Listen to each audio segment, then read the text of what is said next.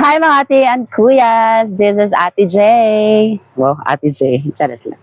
So ayan, andito tayo ngayon sa likod ng ating CR. And nasa taas makikita natin ang tangke ng tubig. So nandito tayo ngayong hapon na to. I think nasa alas 3 na ngayon. Alas 3 ng hapon.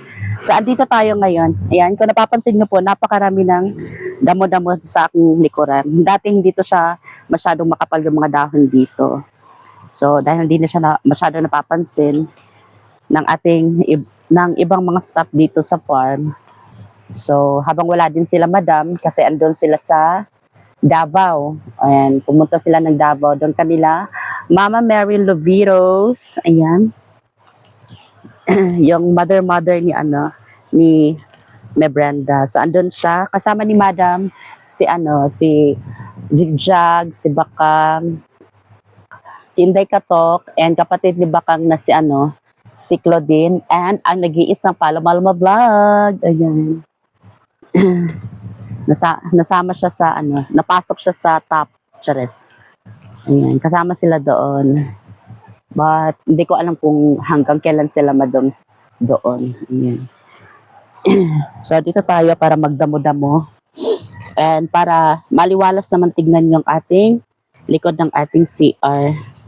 And para kung sino man yung mga guests na pumunta dito and na gusto nilang mag-banding dito na side, pwede and para malinis siyang tignan sa ating mga guests, 'di ba? Para pwede sila makapaglagay ng mga lamesa and mga upuan.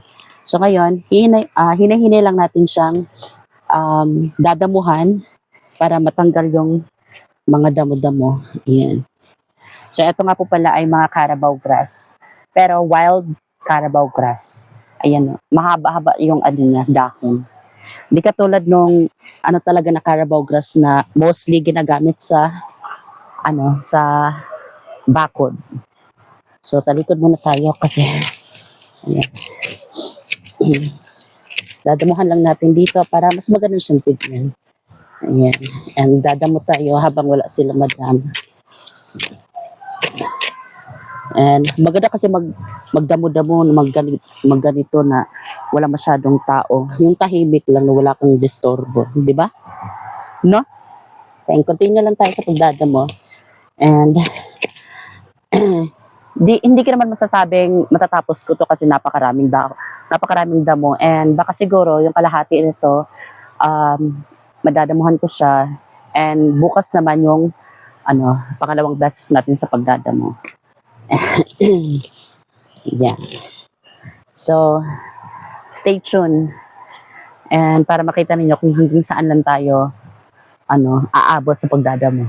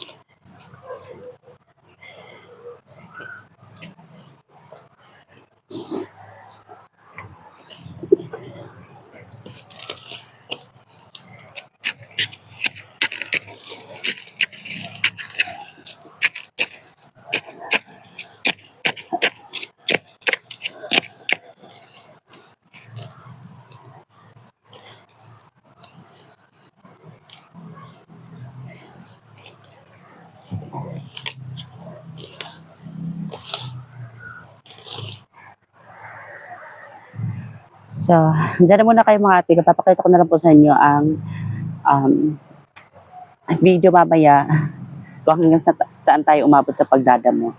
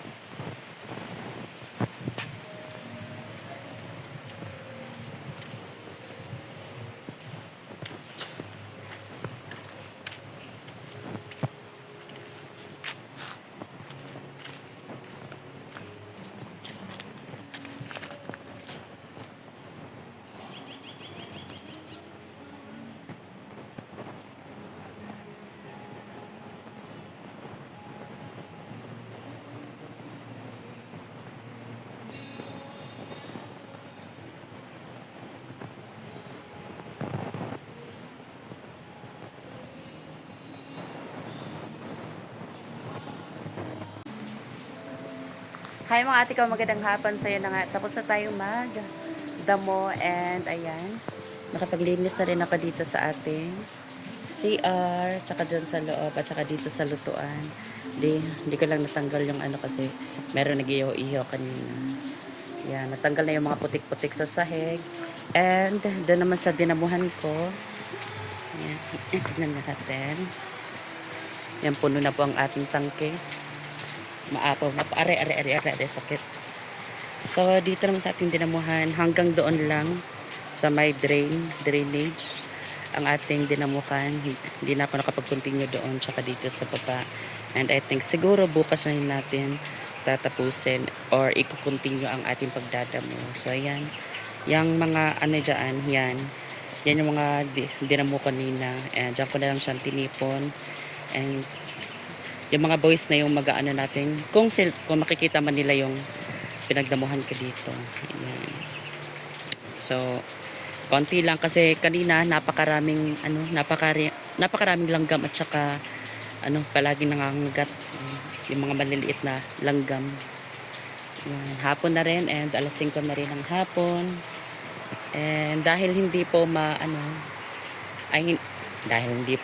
dahil medyo lubog yung ating tubig. So, I think umuulan sa bukid. Ayun. Diba? As you can see, napapansin nyo po na hindi po masyadong malinaw yung ating tubig. Diba?